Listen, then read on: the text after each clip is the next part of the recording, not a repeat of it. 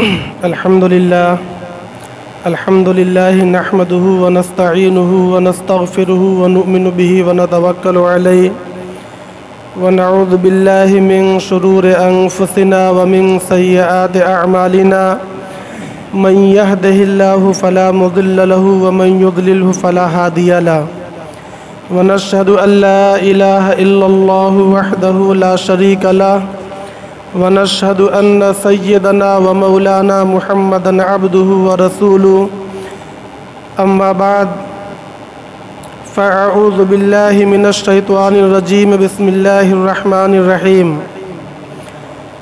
يا أيها الذين آمنوا إن جاءكم فاسق بنبأ فتبينوا أن تصيبوا قوما بجهالة فتصبحوا على ما فعلتم نادمين صدق الله العلي العظيم رب اشرح لي صدري ويسر لي أمري واحلل عقدة من لساني يفقهوا قولي۔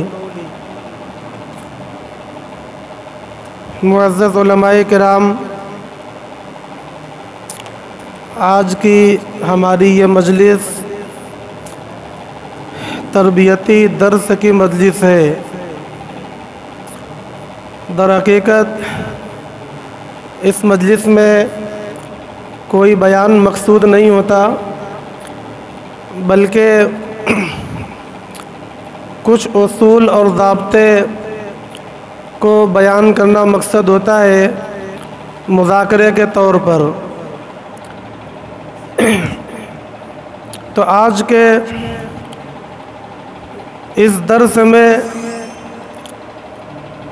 ہماری گفتگو کا موضوع یہ ہے کہ حدیث شریف سے استدلال کرنے کی کیا حقیقت ہے۔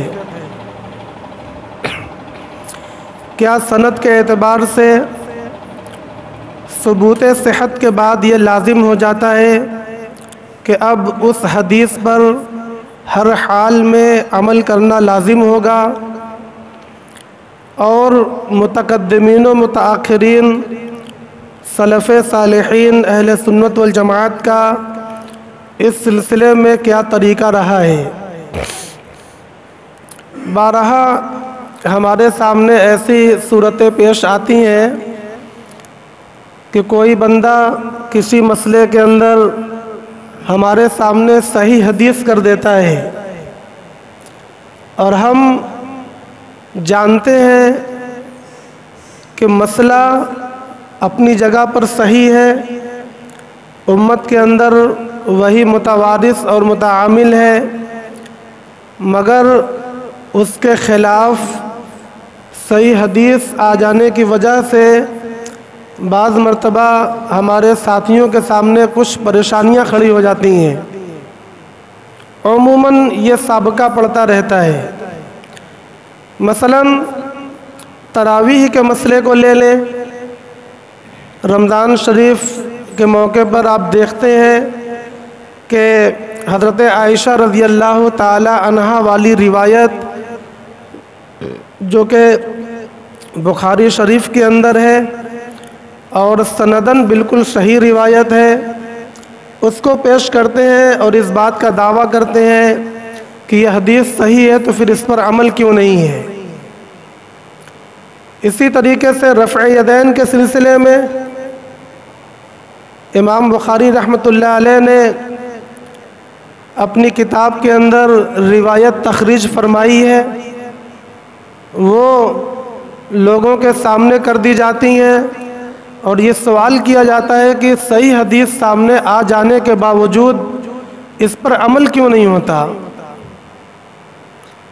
اسی طریقے سے بے شمار بہت سے مسائل کے اندر یہی رویہ اختیار کیا جاتا ہے۔ تو اب سوال یہ ہے کہ کیا طریقہ ہونا چاہیے، سلف صالحین کا کیا طریقہ تھا، متقدمین اور متاخرین علماء کرام کا کیا طریقہ تھا، جس کی وجہ سے انہوں نے مسائل کو حل بھی فرمایا اور صحیح جواب بھی سامنے کیا، اور کس طریقے سے ہم اپنے مخاطب کو سمجھا سکتے ہیں۔ یا اگر وہ ماننے کے لیے نہیں آیا تو کس طریقے سے ہم اس کو مجبور کر سکتے ہیں۔ بس انہی چند اصول اور ضابطے کو بیان کرنے کے لیے آج کی یہ مجلس منعقد کی گئی ہے۔ تو میں موضوع بحث کو دوبارہ ذکر کر دینا چاہتا ہوں۔ آج کا موضوع ہے کسی مسئلے میں حدیث شریف سے استدلال کرنے کی کیا حقیقت ہے۔ کیا سند کے اعتبار سے ثبوت صحت کے بعد یہ لازم ہو جاتا ہے کہ اب ہر حال میں اس پر عمل کرنا لازم ہے؟ اور متقدمین و متاخرین سلف صالحین اہل سنت والجماعت کا اس سلسلے میں کیا طریقہ رہا ہے؟ قبل اس کے کہ ہم موضوع پر کچھ اصول پیش کریں، یہ جاننا ضروری ہے کہ حدیث سے استدلال کرنے میں ہمارے سامنے کتنی جماعتیں ہیں، ان کا کیا طریقہ ہے۔ تو نمبر 1 وہ طبقہ ہے جو اپنی نظر و فکر کی تمام تر توجہات صرف سند کی طرف مبذول رکھتا ہے۔ ان کی بحث کا محور، ان کی نظر، ان کے استدلال کا اثر اور نتیجہ صرف سند سے متعلق ہے۔ اگر سند صحیح ثابت ہو جائے، اس کے راوی ثقہ ہوں اور سند کے اندر اتصال ان کو مل جائے، یعنی حدیث مرفوع ان کو مل جائے، تو پھر آنکھ بند کر کے وہ یہ کہتے ہیں کہ صاحب ہمیں دلیل مل گئی، اب اس پر عمل کرنا لازم ہے۔ اگرچہ وہ حدیث ہو سکتا ہے منسوخ ہو سکتا ہے اس کے معارض میں کوئی دلیل موجود ہو جو قوت میں اس کے برابر ہو یا قوت میں اس سے بھی زیادہ طاقتور ہو، مگر ان کو اس سے کوئی سروکار نہیں ہے۔ بس کوئی روایت سندن متصل اور صحیح مل گئی تو وہ یہ سمجھتے ہیں کہ اس پر اب عمل کرنا لازم ہو گیا۔ اور اگر کوئی صاحب ان کے سامنے کچھ بیان کرنے لگے کہ صاحب اس کا یہ معنی نہیں ہے، اس کا یہ مفہوم نہیں ہے، یا اور بھی روایتیں ہیں، تو پھر وہ لوگ اس بیان کرنے والے کو مخالف حدیث گردانتے ہیں۔ دیکھیں یہ حدیث کے خلاف جا رہے ہیں، یہ حدیث پر عمل نہیں کرتے۔ تو ایک طبقہ وہ ہے جن کی نظر و فکر کا تمام تر محور صرف سندی بحث ہوا کرتی ہیں، جیسے آج ہمارے زمانے میں یہ غیر مقلدین اہل حدیث ہیں، بس سند سے ان کو بحث ہے، اس سے زیادہ کی کوئی بحث ان کے نہیں ہوتی۔ دوسرا طبقہ وہ ہے جن کی نظر و فکر کا محور سند بالکل نہیں ہے بلکہ صرف متن ہے۔ اگر کوئی حدیث شریف کا ٹکڑا ان کے مزعومہ نظریے کے مطابق مل جائے تو فوراً وہ اسے اچکتے ہیں اور نبی پاک صلی اللہ علیہ وسلم کی طرف بھی اس کی نسبت کرنے میں کوئی تاخیر نہیں کرتے، بلا جھجک اس کو شریعت کی طرف منسوب کر دیتے ہیں، بلا جھجک اس کو دین بنا لیتے ہیں، پیغمبر علیہ السلام کی سنت قرار دے دیتے ہیں، چاہے اس کی سند منقطع ہو، چاہے اس کی سند موضوع ہو، چاہے اس روایت کے اندر شذوذ نکارت ہو، علت خفیہ ہو، منسوخ ہو، اس سے ان کو کوئی مطلب نہیں ہے۔ ایک طبقہ یہ ہمارے سامنے، اور بارہا آئے دن ہم اس طرح کے واقعات دیکھتے ہی رہتے ہیں۔ اور تیسرا طبقہ وہ ہے جو سند اور متن کے درمیان اعتدال کا راستہ اختیار کیے ہوئے ہے۔ کوئی روایت جب ملتی ہے تو سب سے پہلے یہ طبقہ اس بات کی تلاش اور جستجو کرتا ہے کہ یہ روایت سند کے اعتبار سے کیسی ہے، متصل ہے یا منقطع ہے، موقوف ہے یا مرسل ہے۔ پھر یہ دیکھتا ہے کہ اس کے راوی کیسے ہیں، صحیح ہیں، تام الضبط ہیں، عادل ہیں، غیر تام الضبط ہیں، غیر عادل ہیں، کس طرح کے راوی ہیں، اس کی مستقل اس کا علم ہے، وہ اس چیز کو دیکھتا ہے، یعنی سند سے پوری بحث کرتا ہے۔ اور سنداً صحیح ثابت ہونے کے بعد پھر وہ روایت کو یوں ہی مسئلہ نہیں بنا لیتا، بلکہ پھر اس میں درایت کا استعمال کرتا ہے کہ حدیث سنداً صحیح تو ثابت ہو گئی، مگر کیا جو معنی اس سے ہم سمجھ رہے ہیں جناب آقا محمد رسول اللہ صلی اللہ علیہ وسلم کی مراد بھی وہی ہے۔ اب یہ درایت کا استعمال کرتا ہے، کیا جو معنی ہم سمجھ رہے ہیں شریعت کی منشا بھی یہی ہے، کہیں یہ منسوخ تو نہیں ہے، کہیں ایسا تو نہیں کہ ہم اس کے مخاطب نہیں ہیں۔ ان ساری چیزوں پر بحث اور نظر کرنے کے بعد تب وہ اس حدیث کو مسئلے میں استدلال کرنے کے لیے راضی ہوتا ہے۔ ایسا بھی نہیں ہے کہ سند کو نظر انداز کر دیتا ہو، اور ایسا بھی نہیں ہو کہ وہ سند کو معصوم عن الخطا مانتا ہو۔ جیسا کہ دونوں طبقے ابھی بیان کیے گئے افراط و تفرید کا شکار ہیں، تو یہ تیسرا طبقہ اہل سنت والجماعت کا ہے، اور یہ معتدل طبقہ ہے، یہی قابل اتباع اور یہی حجت طبقہ ہے۔ یہ تین طبقے ہمارے سامنے ہیں۔ اب دن رات ہمارا واسطہ انہی کے درمیان پڑتا ہے،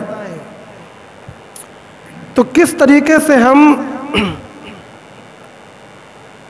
اس آدمی سے بات کریں، بحث کریں جو ہمارے سامنے کوئی صحیح حدیث لا کر رکھ دے اور اس بات کا اصرار کرے کہ بھئی یہ صحیح حدیث آ گئی، تو اب آپ اسے کیوں نہیں مانتے؟ مثلا میں بطور مثال کے تراویح والی روایت لاتا ہوں، حضرت عائشہ رضی اللہ تعالی عنہا والی، جو کہ بہت مشہور ہے۔ پیغمبر علیہ السلام رمضان اور غیر رمضان میں 11 رکعت پڑھا کرتے تھے۔ یہ روایت بالکل دھڑلے سے پیش کی جاتی ہے، اور اس سے تراویح کے 8 رکعت ہونے پر استدلال کیا جاتا ہے۔ ہم اس کا کیا جواب دیتے ہیں؟ جواب تو الحمدللہ ہم کچھ نہ کچھ دیتے ہیں، مگر سوال ایک اور بھی ہے کہ اس حدیث شریف کا ہم کیا جواب دیں گے؟ اس حدیث کو قطع نظر کر کے ہم دوسری بحثیں کریں کہ صاحب کسی مسجد میں نہیں ہوتی 8 رکعت، حرم میں بھی نہیں ہوتی 8 رکعت، فلاں وقت میں بھی نہیں ہوتی 8 رکعت، یہ ٹھیک ہے، جواب اپنی جگہ پر مناسب ہے، مگر یہ حدیث شریف جو یہ بندہ لایا تو اس کو بھی تو کچھ کرنا ہوگا، اس کو اس کے صحیح محمل تک پہنچانا ہوگا، صحیح معنی اور مراد تک پہنچانا ہوگا، تب جا کر ہمارے مخاطب کو اس بات کی تسلی ہو سکتی ہے کہ جو روایت ہم لائے ہیں در حقیقت یہ روایت اس مسئلے کے اندر دلیل نہیں ہے۔ اسی طریقے سے ان چیزوں سے وضو ٹوٹ جانا جن چیزوں کو آگ نے مس کیا ہے، وضو مما مست النار، جو چیزیں آگ پر پکی ہیں اس کے کھانے سے وضو ٹوٹ جانا، حدیث شریف واضح ہے اور صحیح سند کے ساتھ آتی ہے۔ وضو مس ذکر کی وجہ سے وضو کرنے کا حکم حدیث شریف بالکل واضح ہے۔ اس طریقے سے دیگر بھی بہت سی مثالیں آپ کے سامنے ہیں، تفصیل کے ساتھ مثالوں کو ذکر کرنے سے فائدہ نہیں ہے، بلکہ 2-4 مثالیں کافی ہیں۔ اس کے اندر ہم کیا طریقہ اختیار کریں؟ دوسری بات یہ ہے کہ سلف صالحین کا کیا طریقہ تھا؟ ہمارے لیے تو وہی نمونہ اور حجت ہے، قابل عمل ہے۔ تو بس اسی موضوع پر آج کا محاضرہ یہ پیش کیا جا رہا ہے۔ تو سب سے پہلی بات یہ ہے کہ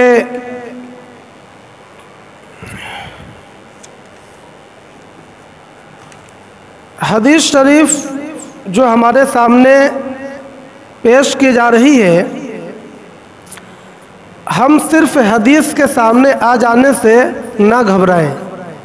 کوئی بھی روایت سامنے آ جائے یا کوئی بھی آیت سامنے آ جائے، صرف کسی چیز کے سامنے آ جانے سے ابھی ہمیں بالکل گھبرانے کی ضرورت نہیں ہے۔ ابھی تو یہ پہلا قدم تھا، ابھی تو سب کچھ باقی ہے۔ لہذا یہاں پر نہ چہکنے کی ضرورت ہے، نہ بالکل گھبرانے کی ضرورت ہے۔ وجہ کیا ہے؟ وجہ اب ذہن میں رکھیے، کسی مسئلے کو ثابت کرنے کے لیے 3 چیزیں ضروری ہوا کرتی ہیں۔ کتنی چیزیں؟ یا یہ کہہ لیجئے، حدیث شریف سے استدلال کرنے کے لیے، حدیث شریف سے مسئلہ ثابت کرنے کے لیے 3 چیزیں ضروری ہوا کرتی ہیں، اور یہ 3 چیزیں نہایت ضروری ہوا کرتی ہیں۔ ان کے بغیر بالکل کام چلنے والا نہیں ہے۔ پہلی چیز کیا ہے؟ پہلی چیز ہے کہ جو نص یا حدیث شریف ہمارے سامنے پیش کی جا رہی ہے، اس کے بارے میں جانچنا اور پرکھنا کہ واقعتاً یہ بات نبی پاک صلی اللہ علیہ وسلم نے کہی ہے یا نہیں، یا اگر عملی ہے تو اس عمل کی نسبت جناب آقا محمد رسول اللہ صلی اللہ علیہ وسلم کی طرف صحیح ہے یا نہیں۔ یہ کیسے پتہ چلتا ہے؟ سند کی تحقیق کرنے سے، سند کو چھاننے اور پھٹکارنے سے۔ تو سب سے پہلے یہ کام ضروری ہے کہ اس کی سنداً تحقیق کر لیا جائے۔ اب بخاری شریف کی جو روایتیں ہوں گی وہ تو پہلے ہی سے تحقیق شدہ ہیں، مسلم شریف کی جو روایتیں ہوں گی وہ پہلے سے ہی تحقیق شدہ ہیں، ٹھیک ہے؟ تو ایک بات کی تحقیق ہوئی کہ جو روایت سامنے پیش کی گئی وہ سند کے اعتبار سے مضبوط ہے، سند کے اعتبار سے صحیح ہے، اور غالب گمان اس بات کا ہے کہ اس حدیث شریف کے اندر جو بات کہی جا رہی ہے یا جو عمل دکھلایا جا رہا ہے، یہ جناب آقا محمد رسول اللہ صلی اللہ علیہ وسلم سے ثابت ہے۔ جیسے رفع یدین جو بخاری شریف کے اندر ہے، نبی پاک صلی اللہ علیہ وسلم سے اس کی روایت کی جاتی ہے، تو اس سے یہ بات سمجھ میں آتی ہے کہ نہیں، واقعتاً نبی پاک صلی اللہ علیہ وسلم سے رفع یدین کرنا ثابت ہے، اس کا انکار نہیں کیا جا سکتا، اور نہ اس میں انکار کرنے کی گنجائش ہے۔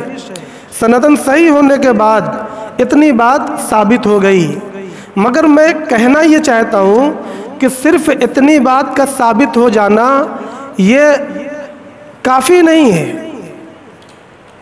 مسئلے میں استدلال کرنے کے لیے صرف اس ایک بات کا ثابت کر دینا یا ثابت ہو جانا یہ کافی نہیں ہے۔ یہ تو ابھی ایک جز ہوا، اب دوسرا جز۔ پہلا جز ہوا سنداً صحیح ثابت ہونا، دوسرا جز مراد کا صحیح ہونا۔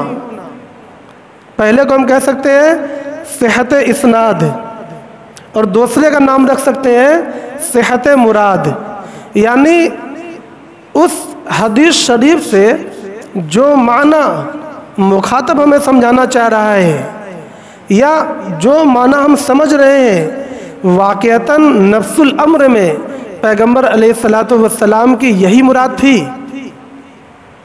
اس چیز کو ثابت کرنا،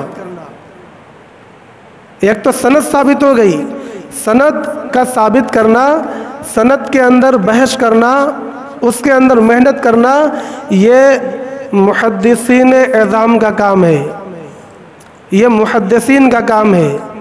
ان کی تمام تر توجہ سند کے اوپر ہوتی ہے، لہذا محدثین بحث کرتے ہیں حدیث کے مرفوع ہونے میں، موقوف ہونے میں، متصل ہونے میں، منقطع ہونے میں، مرسل ہونے میں، معضل ہونے میں، مدلس ہونے میں۔ یہ محدثین کا موضوع ہے۔ اور راوی کیسا ہے، کس درجے کا ہے، لقا ثابت ہے یا نہیں، سماع ثابت ہے یا نہیں، ہم عصر ہے یا نہیں، کس طرح کا راوی ہے، اور اس طرح کے راوی پر کتنی قوت کا حکم لگتا ہے۔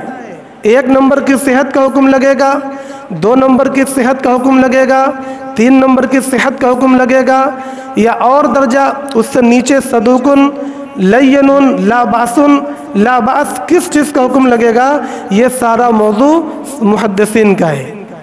محدثین کا کام آپ یہ سمجھیے کہ یہی ایک کام ہے کہ وہ حدیث شریف کی سند کو چھان پھٹکار کر، کھنگال کر صحیح کو ضعیف سے الگ کر دیتے ہیں، چھانٹ دیتے ہیں، اور ذخیرے کو اس قابل بنا دیتے ہیں کہ اگر وہ فقہا کے سامنے حدیثیں آویں تو اب ان کو اس لائن کی محنت نہ کرنا پڑے، وہ اس طریقے سے چھان پھٹک کر حدیثوں کو سامنے کر دیتے ہیں۔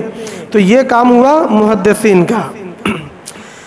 جو دوسرا کام میں نے بتلایا، صحت مراد، یعنی اس حدیث شریف کا معنی کیا ہے، اس کی مراد کیا ہے، یہ کام عموماً محدثین کا نہیں ہے۔ یہی وجہ ہے کہ امام ترمذی رحمۃ اللہ علیہ فرماتے ہیں ہاکذا قال الفقہاء وہم اعلم بمعانی الحدیث۔ اس طرح کے الفاظ امام ترمذی رحمۃ اللہ علیہ ذکر کیا کرتے ہیں۔ امام بخاری رحمۃ اللہ علیہ نے کچھ کوششیں کی ہیں، بہت کچھ کوششیں کی ہیں، مگر یہ اکا دکا مثالیں آپ کو ملیں گی۔ جتنا بڑا ذخیرہ حدیث ہے اس میں آپ دیکھیں گے تو محدثین کا کام صرف سندوں سے بحث کرنا ہے، اس کو چھان پھٹکار کر صحیح، ضعیف اور جس طرح کی روایتیں ہوتی ہیں ان کو سامنے کر دینا ہے۔ یہ جو صحت مراد ہے، یعنی معنی اور مفہوم کی تعیین، یہ کام فقہا کا ہے۔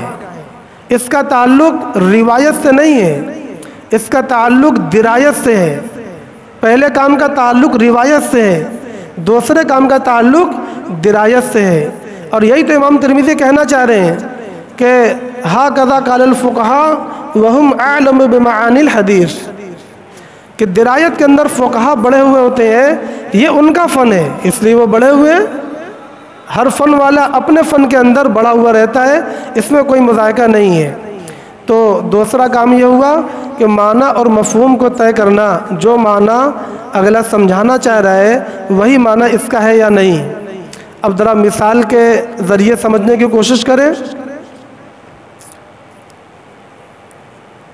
یہ جو حدیث ہے کہ جس چیز کو آگ نے چھوا ہے اس سے وضو کرنا واجب ہے، کچھ لوگ اس کے قائل بھی ہیں، کچھ ائمہ اس کے قائل بھی ہیں۔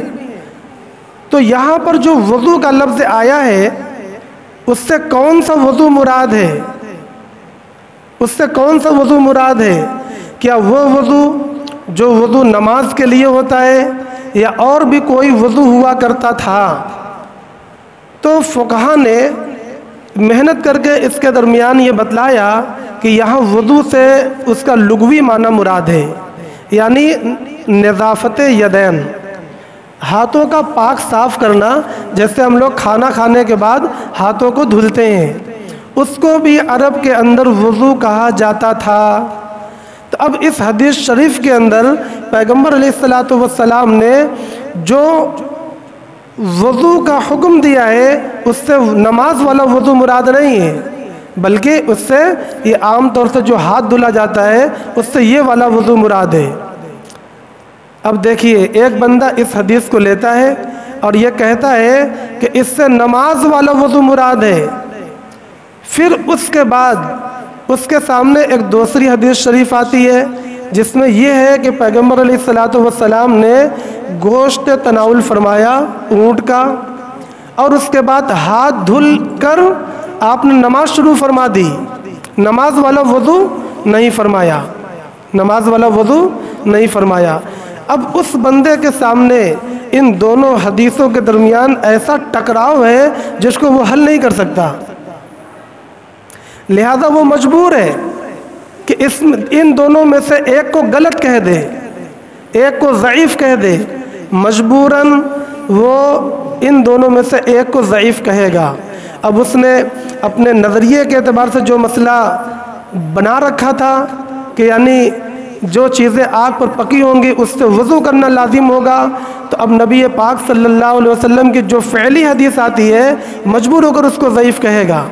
چاہے اس کی سند کتنی مضبوط کیوں نہ ہو، اور چاہے یہ نبی کا عمل ناسخ ہو اور وہ منسوخ کیوں نہ ہو، مجبوراً اس کو کہنا پڑے گا۔ مگر جب ہم درایت کا استعمال کرتے ہیں اور حدیث شریف کا معنی اور مفہوم متعین کرنے کی کوشش کرتے ہیں تو دونوں حدیث کو ملا کر یہ بات سمجھ میں آتی ہے کہ جس وضو کی نبی پاک صلی اللہ علیہ وسلم تعلیم دے رہے تھے تو اب اس کو کر کے دکھلایا، اور کر کے کیا دکھلایا کہ ہاتھوں کو دھلا اور پہلے سے باوضو تھے، نماز شروع فرما دیا۔ معنی کے اندر تطبیق ہو گئی اور وضو کا معنی متعین ہو گیا، وضو کا معنی یہ یہاں پر متعین ہو گیا کہ یہ نماز والا وضو نہیں ہے۔ اسی طریقے سے مس ذکر سے وضو کا مسئلہ، ایک حدیث شریف کے اندر ہے کہ جس نے اپنے ذکر کو مس کیا تو اس کو چاہیے کہ وضو کر لے۔ اور دوسری بہت سی روایتیں آپ نے موطا امام محمد میں پڑھی ہوں گی کہ بعض لوگوں نے صحابہ کرام رضی اللہ عنہ مجمعین سے سوال کیا تو انہوں نے فرمایا کہ یہ بھی بدن کا ایک حصہ ہے، میں ناک کو چھونا اور اس کو ذکر کو چھونا، ان دونوں میں کوئی فرق نہیں سمجھتا۔ یہ صحابہ کرام رضی اللہ عنہ مجمعین دے رہے ہیں، جواب دے رہے ہیں۔ اور نبی پاک صلی اللہ علیہ وسلم نے جگہ فرمایا کہ اگر تم اس کو ناپاک سمجھتے ہو تو کاٹ کر پھینکو، کیوں اس کو لیے پھر رہے ہو؟ اب دونوں حدیث میں بظاہر ٹکراؤ سمجھ میں آ رہا ہے، تعارض سمجھ میں آ رہا ہے، مگر جب معنی کے اوپر غور کریں گے تو یہ بات سمجھ میں آئے گی کہ کوئی ٹکراؤ نہیں ہے، بلکہ یہاں پر وضو سے مراد لغوی وضو مراد ہے، کیونکہ بدن کا وہ حصہ ایسا ہے جس کو مس کرنے کے بعد تبعاً نظافت کا تقاضا ہوتا ہے، طبیعت چاہتی ہے۔ تو پیغمبر علیہ الصلوۃ والسلام نے اس طبعی کراہت کو دور کرنے کے لیے اس کا حکم فرمایا، اور یہ اخلاق کے اندر ضروری شے شمار کی جاتی ہے کہ ہاتھ کو اگر کہیں ادھر ادھر استعمال کیا ہے تو اب اسی ہاتھ سے کسی کو کچھ دینا ہے، کوئی اور کام کرنا ہے، کھانا ہے یا کھلانا ہے تو خود استعمال کرے یا دوسروں کے سامنے کوئی عمل کرے تو تبعاً کراہت ہوگی۔ اس کراہت کو دور کرنے کے لیے ایک حکم دیا گیا، وہ حکم کیا ہے؟ ہاتھ دھلنے کا، اس کا لفظ کیا ہے؟ وضو کرنا۔ تو دوسرا کام حدیث شریف جب ہمارے سامنے آوے تو اس کے معنی اور مراد کو متعین کرنا۔ ہم لوگوں نے اصول الشاسی میں اس بحث کے اندر تفصیل کے ساتھ یہ بات پڑھا ہے کہ تین طہر سے کیا مراد ہے؟ ثلاثۃ قروء، لفظ قروء کے اندر دو معنی کا احتمال ہے، اس معنی کو متعین کرنے کے لیے ہم نے کتنی بحثیں پڑھی ہیں اصول الشاسی کے اندر۔ حضرت امام اعظم رحمۃ اللہ علیہ استدلال کرتے ہیں، امام شافعی رحمۃ اللہ علیہ اپنا استدلال کرتے ہیں، اور معنی کو متعین کرنے کے لیے پوری طاقت کا استعمال کرتے ہیں۔ وہ آیت تو بالکل اپنی جگہ پر صحیح ہے، قطعی ہے، قطعی الثبوت ہے، آیت قطعی الثبوت ہے، مگر معنی یہ قطعی الدلالت نہیں ہے، لفظ قطعی الدلالت نہیں ہے، بلکہ لفظ کے اندر معنی کے اندر احتمال ہے۔ یہ جو احتمال ہے اس کو طے کرنے کے لیے یہ ائمہ استدلال کر رہے ہیں، اسی کا نام درایت ہے۔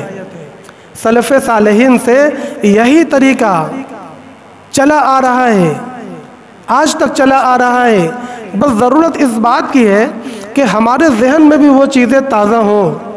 اب آپ دیکھیں گے بہت سی جگہ پر ایسا ہوگا کہ صحابہ کرام رضی اللہ عنہ مجمعین کے سامنے ایک صحیح روایت پہنچے گی، مگر صحابہ اس کو رد کر دیں گے، صحابہ اس کو رد کر دیں گے۔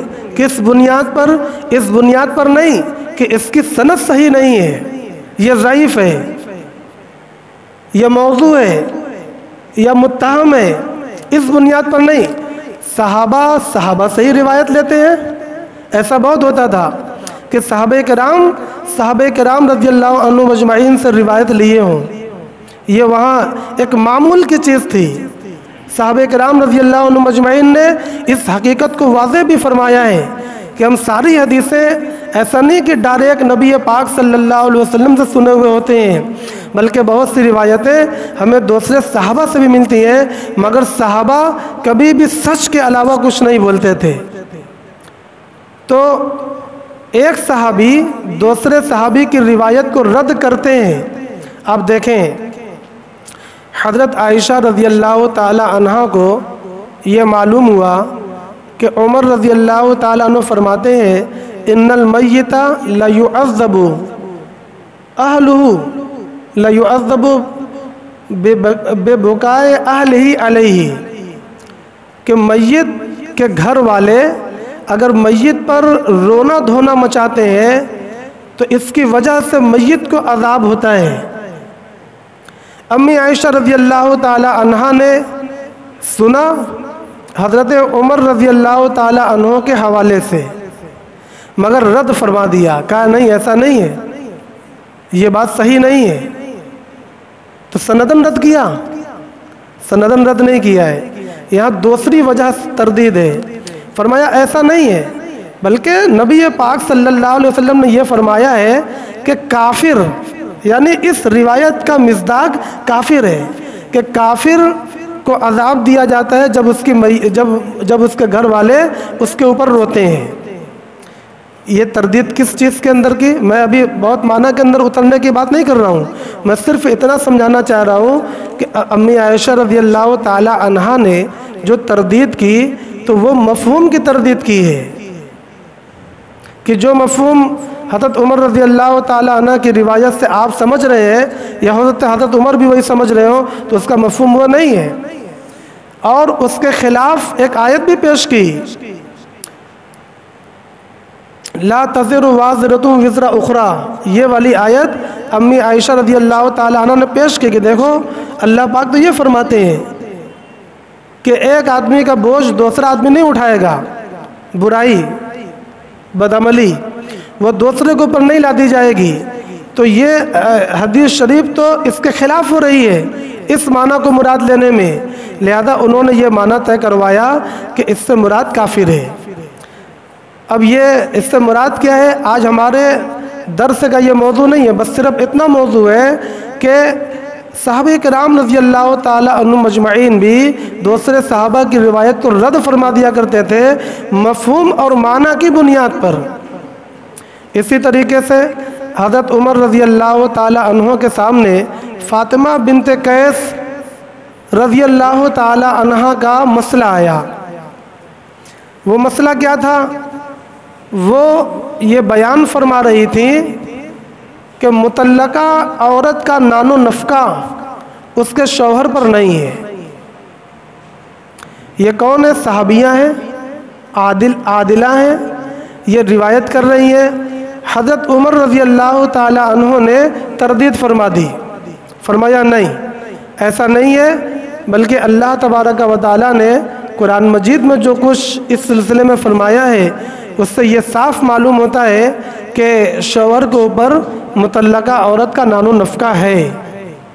تو یہاں سند کی تردید نہیں فرمائی، بلکہ معنی اور مفہوم کی تردید حضرت عمر رضی اللہ تعالی عنہ نے فرمائی ہے، اور اس طرح کے بہت سے واقعات ہیں۔ تو سمجھ میں یہ آتا ہے کہ ان حضرات کے سامنے بھی ایسا ہو جایا کرتا تھا کہ کسی مسئلے میں کوئی حدیث اچانک سامنے آ گئی اور وہ سندن بالکل صحیح ہے، مگر ان حضرات کا معمول کیا تھا؟ وہ گھبراتے نہیں تھے، بلکہ وہ دوسرے نمبر پر یہ غور کرتے تھے کہ یہ جو روایت سامنے آئی ہے اس کا معنی اور مفہوم کیا ہے، نبی پاک صلی اللہ علیہ وسلم کی مراد، شریعت کا مزاج اس سلسلے میں کیا ہے۔ تو جب بھی ہمارے سامنے کوئی روایت آیا کرے تو سند کے ثابت ہونے کے بعد، یعنی جب وہ روایت مقبول ہو، اس کے بعد اس کے معنی اور مفہوم میں ہمیں غور کرنا ہوگا، اور مخاطب سے یہ کہنا ہوگا کہ ٹھیک ہے آپ یہ روایت لائے، روایت سندن صحیح ہے، اتنی بات آپ کو بھی تسلیم ہے، ہمیں بھی تسلیم ہے، مگر اس روایت کا جو معنی آپ لے رہے ہیں کیا وہی معنی اس صحابی نے بھی لیا ہے جو روایت کر رہا ہے؟ اور جمہور صحابہ بھی وہی معنی سمجھتے ہیں؟ اگر وہی معنی سمجھتے ہیں تو ٹھیک ہے، پھر یہ ہمارا دوسرا قدم پورا ہوگا۔ ابھی ایک چیز اور باقی ہوگی۔ میں نے بتلایا کہ حدیث شریف سے استدلال کرنے کے لیے 3 چیزیں ضروری ہیں۔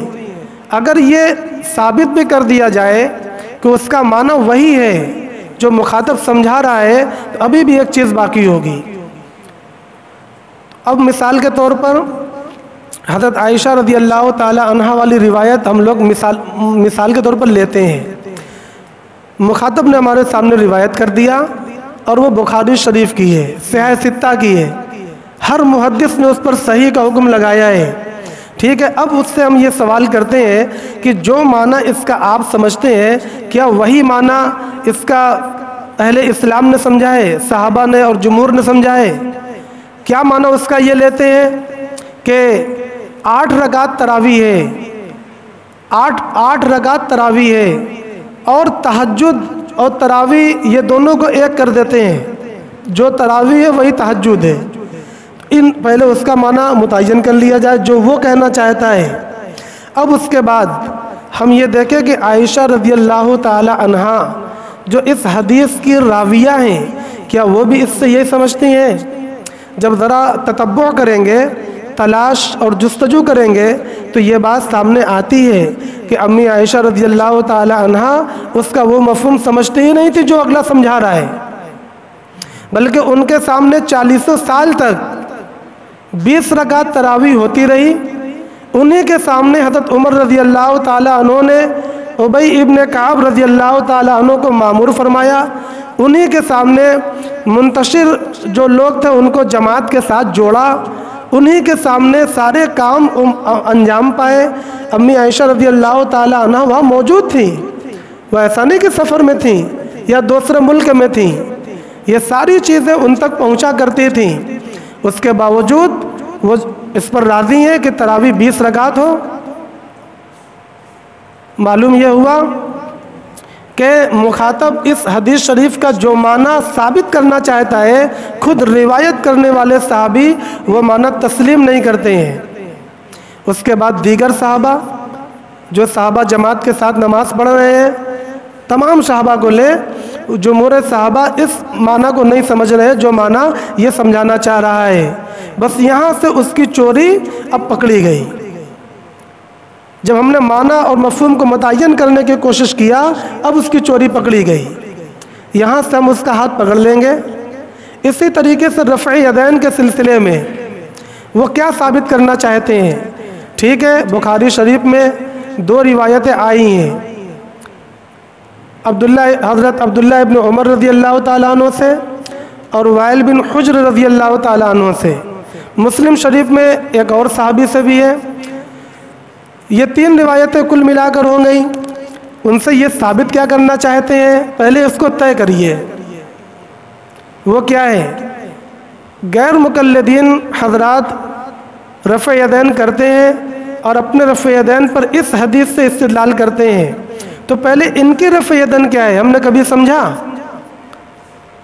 ہم بس حدیث شریف سامنے آتے ہی سب اپنے اوپر لے لیتے ہیں کہ ارے صاحب ہم تو کہیں نہیں کرتے اور حدیث شریف میں 4 جگہ تذکرہ ہے، ارے وہ کیا کرتا ہے اس پر بھی تو غور کریں۔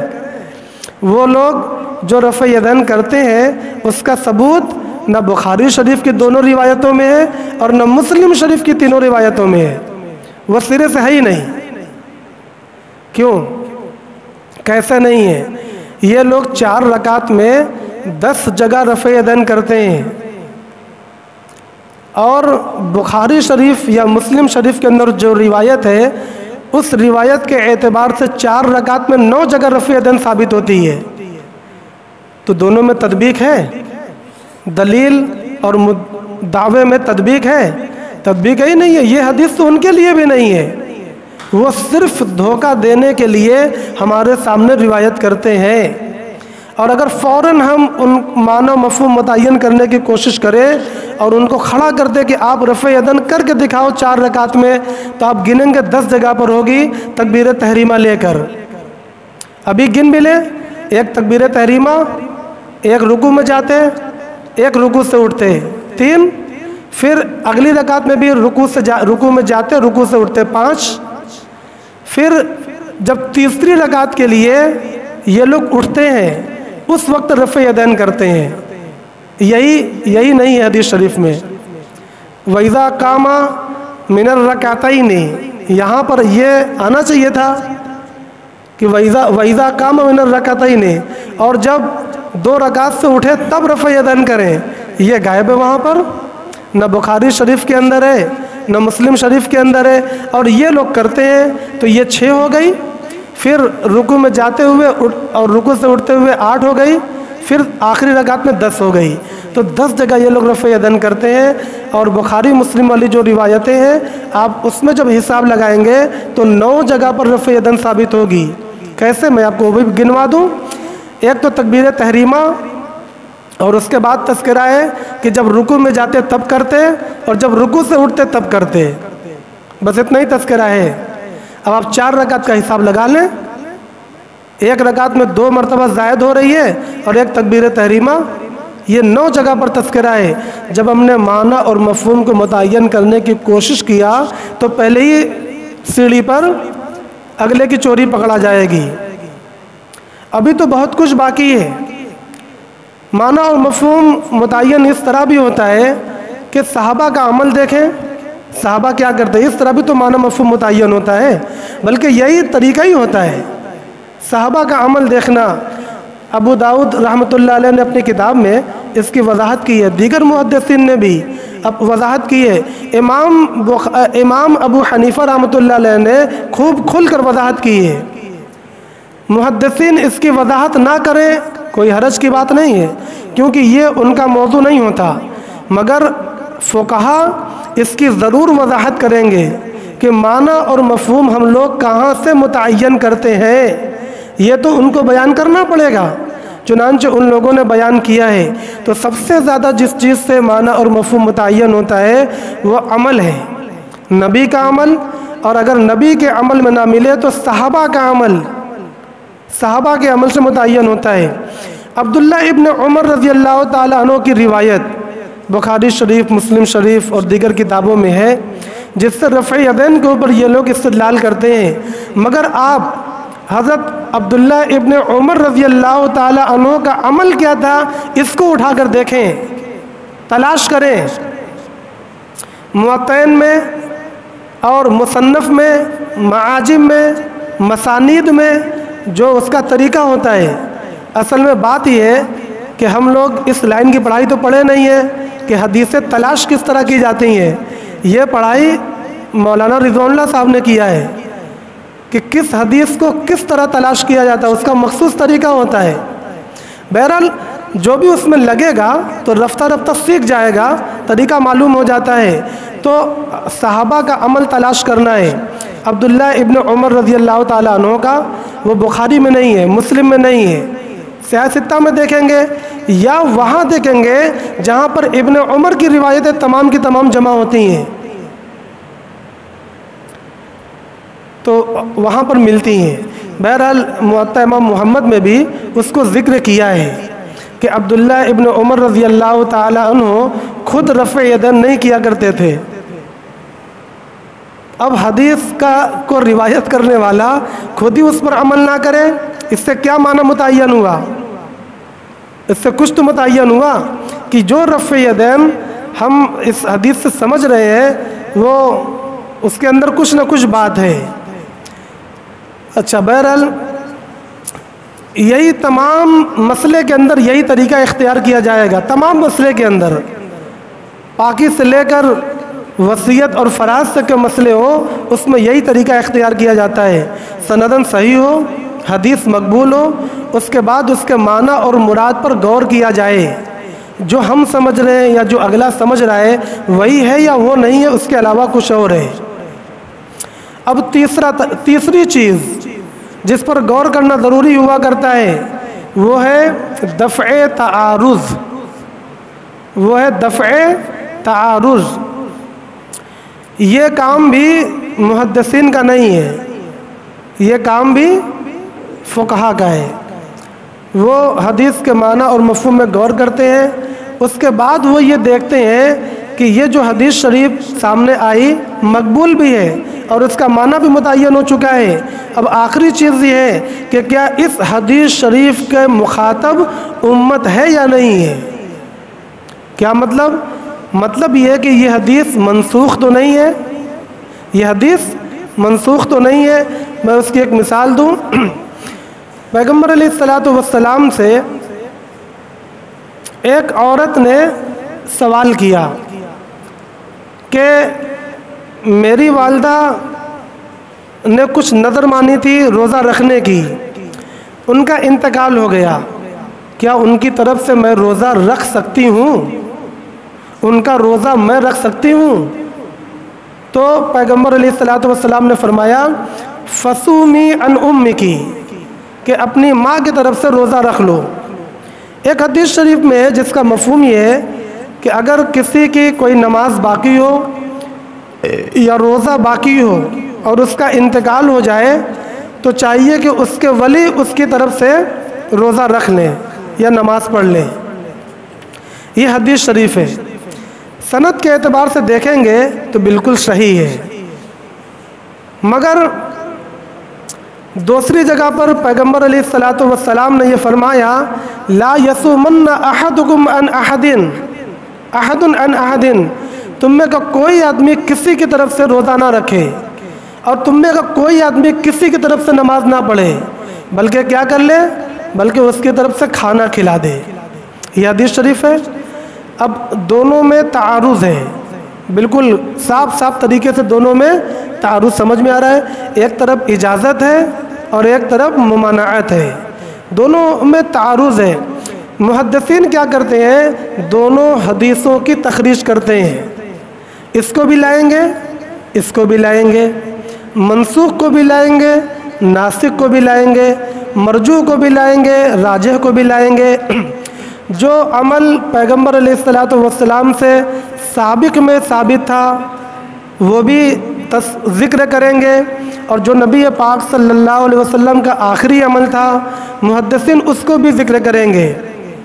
کہیں کہیں پر محدثین وضاحت بھی کر دیتے ہیں کہ یہ پیغمبر علیہ السلام کا آخری عمل ہے، جیسے امام بخاری رحمۃ اللہ علیہ نے اس جگہ پر جہاں پر یہ حدیث بیان کی ہے کہ اگر امام بیٹھ کر نماز پڑھاوے کسی مجبوری کی بنیاد پر تو اس کے پیچھے جو مقتدی ہے وہ کس طرح نماز پڑھیں گے، کھڑے ہو کر یا بیٹھ کر؟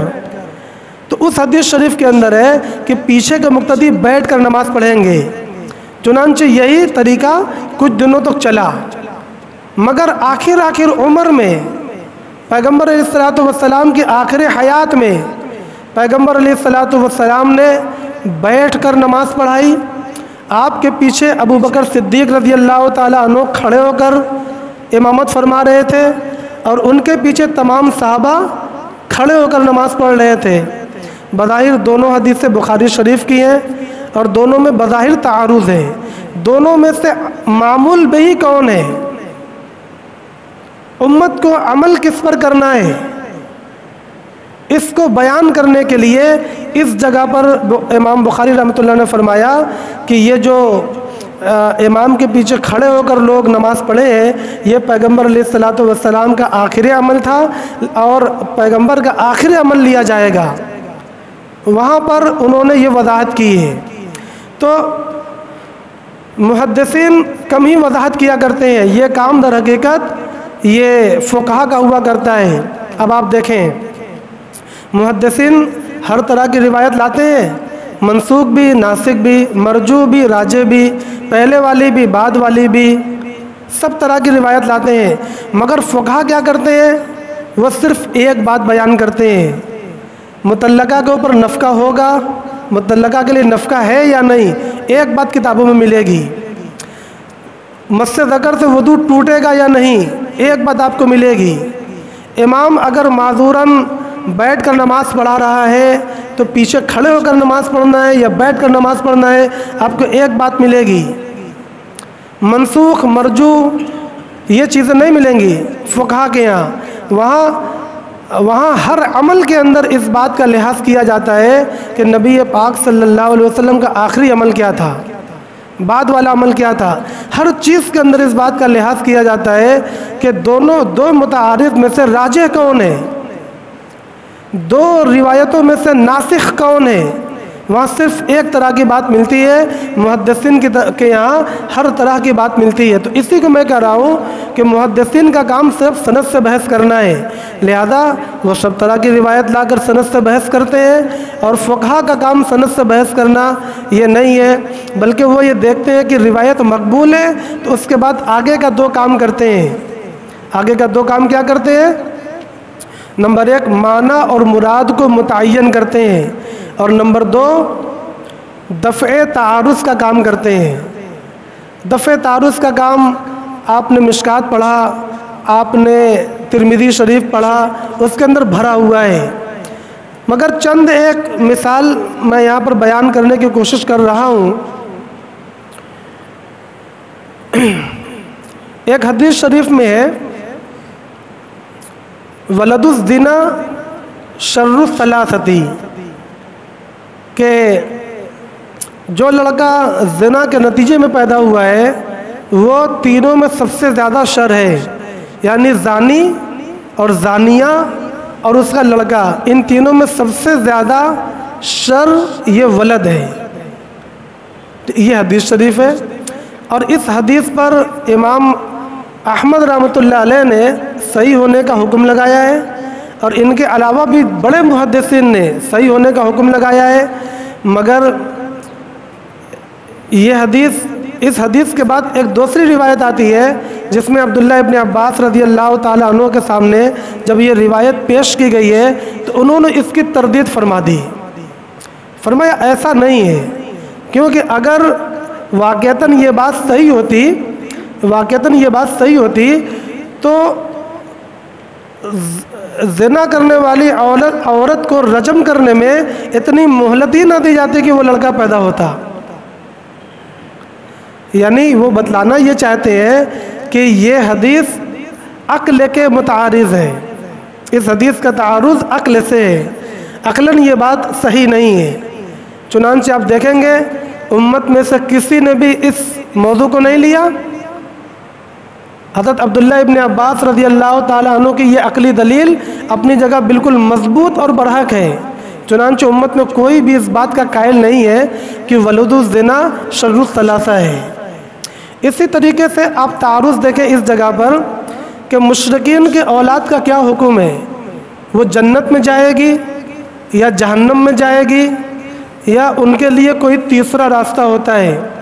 حدیث شریف اٹھائیں گے آپ کو دونوں طرح کی ملے گی، آپ کو دونوں طرح کی حدیث ملے گی، اور اس میں سے شروع کی حدیث کون ہے، بعد کی حدیث کون ہے، یہ فقہا کا کام ہے۔ فقہا نے جب اس پر محنت کی تو امام اعظم ابو حنیفہ رحمۃ اللہ علیہ اس نتیجے پر پہنچے کہ اس مسئلے میں توقف کیا جائے، اس مسئلے میں کچھ نہ بولا جائے۔ بعض لوگ قائل ہیں، اس بات کے قائل ہیں کہ اولاد مشرکین جہنم میں جائے گی، اور یہ روایت ہے مشکات کے اندر، ابھی کچھ دن پہلے میری نظر سے گزری ہے۔ کچھ لوگ اس بات کے قائل ہیں کہ اولاد مشرکین جنت میں جائے گی، کیونکہ دوسری روایت بھی نبی پاک صلی اللہ علیہ وسلم کی ہیں، اور دوسری دلیلیں بھی ہیں۔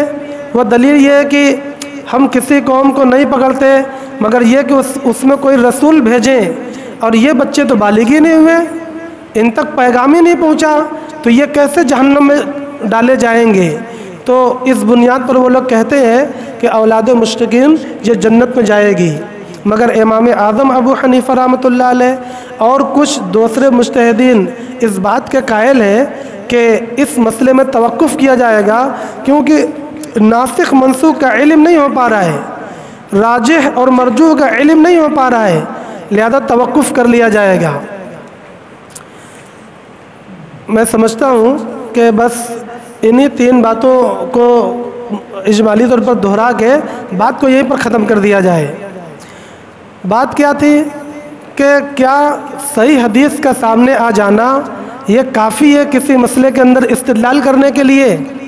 تو اس کا جواب کیا بنا کہ یہ کافی نہیں ہے۔ صرف ایک حدیث شریف کا سامنے آ جانا یہ بالکل کافی نہیں ہے، بلکہ 3 چیزیں جب تک ملیں گی نہیں تقریب تام نہیں ہوگی۔ جب تک 3 چیزوں کا مجموعہ نہیں ہوگا تقریب تام نہیں ہوگی۔ اس میں پہلی چیز صحت سند ہے، دوسری چیز صحت مراد ہے، اور تیسری چیز دفع تعارض ہے۔ دفع تعارض کی شکلیں سینکڑوں ہیں۔ ایسا نہیں کہ صرف حدیث میں تعارض ہوا کرتا ہے، اس کی سینکڑوں شکلیں ہیں۔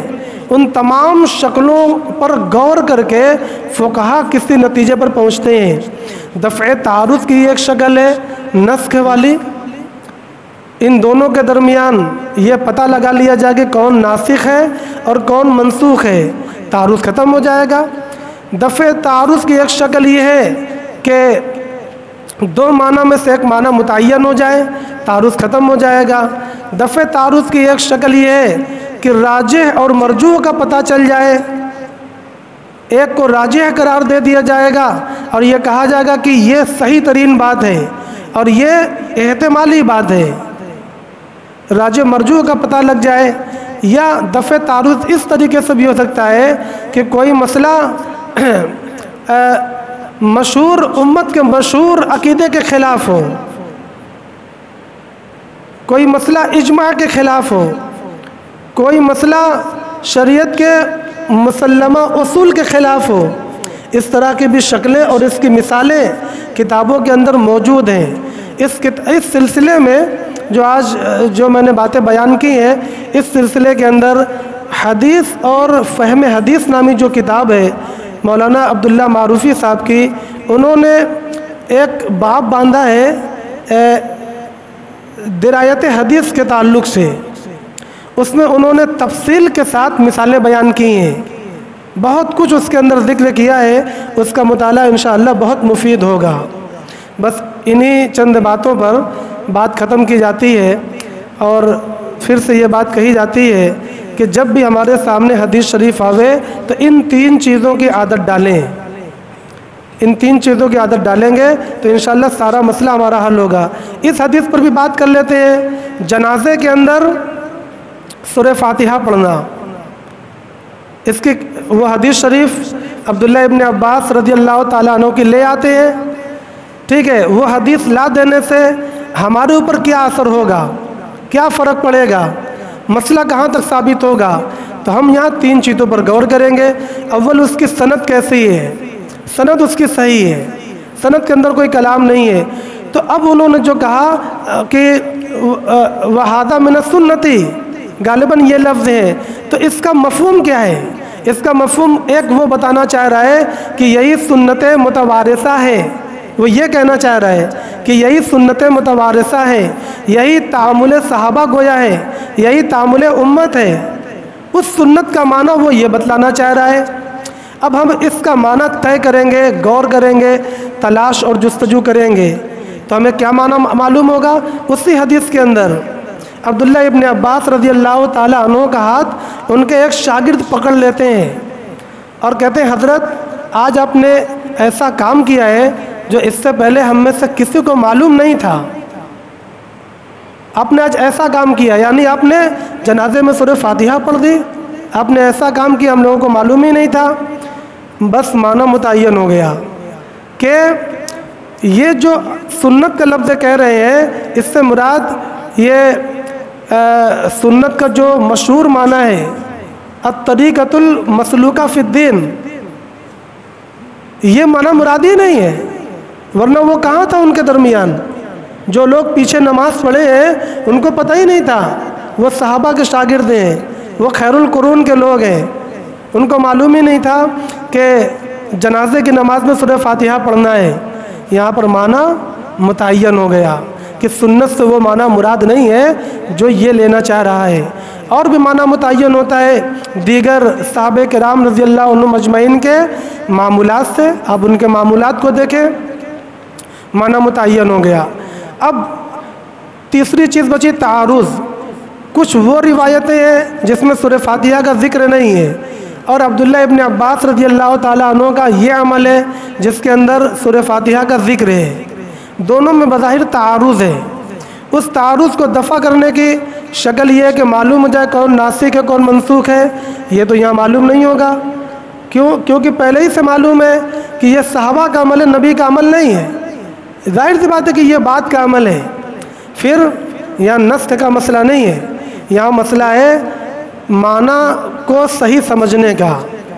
وہ یہ کہ حضرت عبداللہ ابن عباس رضی اللہ تعالیٰ عنہ نے جو یہ سورہ فاتحہ پڑھی ہے اور اس کو سنت کا ہے، تو اس سے مراد کہ اگر کوئی یہ بھی پڑھ لے جیسے دعائے ثنا پڑھتا ہے اس طرح یہ پڑھ لے تو بھی نماز ہو جائے گی، حرج کی بات نہیں ہے. ہم لوگوں کا اس مسئلہ کیا ہے کہ دعائے ثنا کی جگہ کوئی اور بھی دعا پڑھ سکتا ہے، اور دعائے ثنا کی جگہ اس کو چھوڑ کر سورہ فاتحہ بھی پڑھ سکتا ہے دعائے ثنا کے طریقے سے.